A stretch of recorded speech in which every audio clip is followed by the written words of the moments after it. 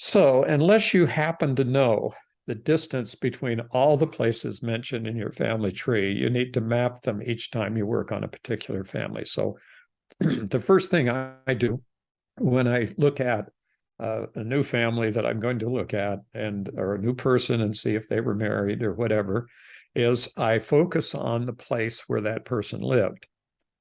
And then as I focus on that, um, I put it on the map. If I have multiple children listed, I make sure that I check every child and put every place in every event. Now, as time passes and you get closer to the present, it's very possible for somebody to fly from Los Angeles to New York and have a baby and then fly back to Los Angeles now. And because of that, we we have on our head that that isn't a problem. Well, it still may be a problem, and it may be a problem simply because it's not the usual thing that happens. It's not what normally happens in people's lives. So you need to be more on the side of what would happen in a regular normal situation rather than imagining the fact that somebody could do that today and then applying that back in time. So here's a book that was written back in 1932 as part of the Carnegie Institution of Washington. And it was put together by this Charles Pollen.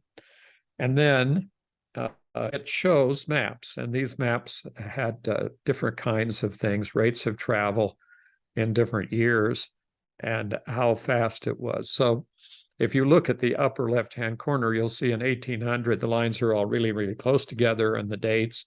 And then as you move across to 1830 and so forth up to 1930, with trains, you have time frames that are basically a matter of a few hours or one day, as opposed to weeks or months in some cases.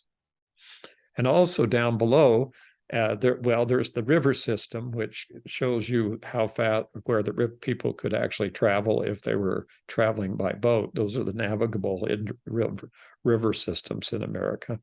And then down below are the post roads, the major roads that were in existence in different time periods.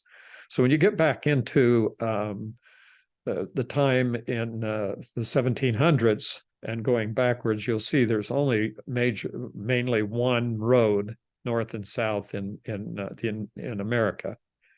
So, and that road was not what you would think of as a road. It was simply a connection of paths, of dirt paths coming down from there, primarily used by foot traffic and not by vehicular traffic. Wagons could ride on it as long as it wasn't raining or there was no difficulties. Okay, so here's a blow up of the time frame for the rates of travel in 1800. So gives you a good idea that you wouldn't necessarily want to say that somebody was born in one of the other states from New England, for example, or even within New England itself.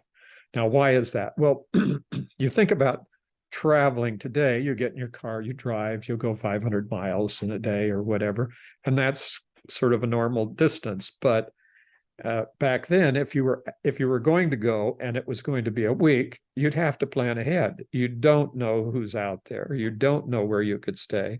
You've got to take everything with you that you could possibly use, and you've got to be able to sustain yourself for the length of the trip there and back with what you happen and carry with you. And so it's not a matter of just walking out the door, shutting the door, and walking off into the forest, but it was basically a major expedition. So here's an interesting account of Thomas Jefferson's travels from Monticello to Washington, D.C., to Washington. And I've put the link in here.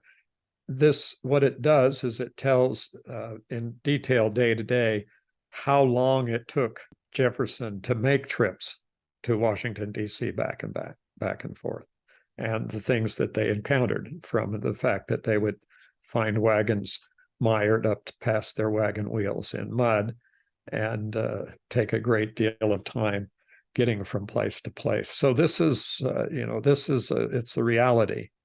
Any jury in the 1700s was more than one day was perilous and difficult, and not to mention the danger of being out in the wilderness, which generally speaking was every place except right in the middle of towns. And that was not, and then the complete lack of any kind of support system. There was no 911, nothing like that. There's no way to get help if you become injured or if your vehicle or your whatever breaks down. So thinking about this is reality, and that's what's happened, and how that applies to genealogy is direct. You need to think about the things that you're documenting there in a family search, family tree, or in some other venue. How does it measure up to the reality of the time that you're talking about? A simple thing like 2 children born in the same year in different towns.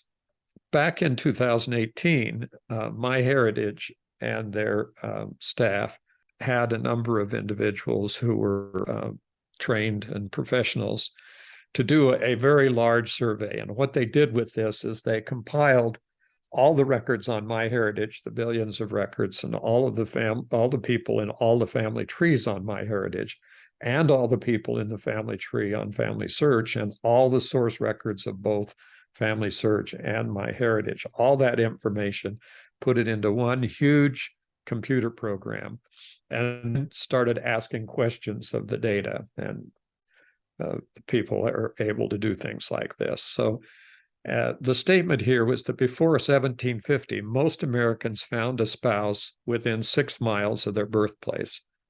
In those born in 1950, it had stretched to 60 miles. But even in 1850, the average person at least married someone who was a 4th cousin, and today it's about 7th cousins. They found between 1800 and 1850, they traveled further than ever to find a mate, nearly 12 miles on the average. So basically it was a supply and demand kind of thing, because there weren't that many people. But on the other hand, if you start thinking about these distances, you realize that you're pushing the envelope when you get past that 6 miles to 6 to 10 miles radius around any given spot. So when you do these mappings and you realize the distances that are involved, if it was late 1700s and it's 40 miles away, that is simply not going to happen in most rules. And if you do think it's true, then basically you've got to do a lot of research to make sure that you have the right people and given that time frame. So this is the scientific analysis that created that underlying idea. The reality now today is that every square inch of the world's surface has been mapped. We have maps for every place. They're high resolution digital maps, and you can see almost every place in the world in high resolution maps. And so finding the locations is still a challenge, as I did when I was looking for one in the Czech Republic the other day. And since I don't speak Czech, I had to listen to what they said for the place name and see if I could figure out how that was spelled, and then look for the place. But finally, I realized that they should just type it into the chat. So they typed the names in the chat, so I could find them instantly on the map. So, but they're all there. The maps are all there. And our greatest tool today's are the ones that we can use that are online, and I'll get into those in just a minute. Here's an example. For example, this is the kind of thing that happens here. You see the birth date is before 1735, and the death date is 1828 in England, and there are 11 sources. My answer is, what is on those 11 sources? Because how in the world did you get this person's name out of 11 sources if you didn't know anything about when they were born and or where they died? So this is the kind of thing that becomes highly suspect. And when you do get to this, you realize that these people do not really exist. They've got a name, they've got some dates, but as far as any kind of reality is concerned, meaning a correspondence between actual historical records and this individual, they do not exist. And so it's just a situation where you need to be more perceptive about what's happening when you're just looking at it, when you're looking at the entries in a family tree. So the biggest issue and the first issue that needs to come up is the place that an event occurred in an ancestor's life. That's where what we need to know. And England, it's not a place in this sense because it has to be an identifiable place with enough specificity to have attracted some records. There are hundreds and hundreds of parishes in England, and how do you even begin to guess, given a name that seems fairly common? Every person in every family tree should be identified by a specific place and a parent-child relationship.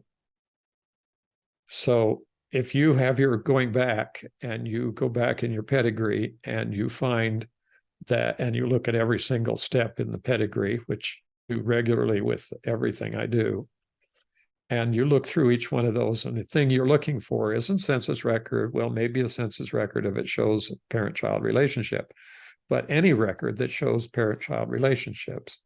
And sometimes I will find, every child in the entry with their parish register, their christening and baptism dates, and everyone has marriage dates, but no one has the date has any record for who the parents of the husband are, and yet the pedigree goes on and on and on, back and back.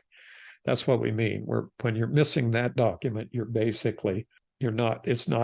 gone off into unreality. You've gone off into an imagination place.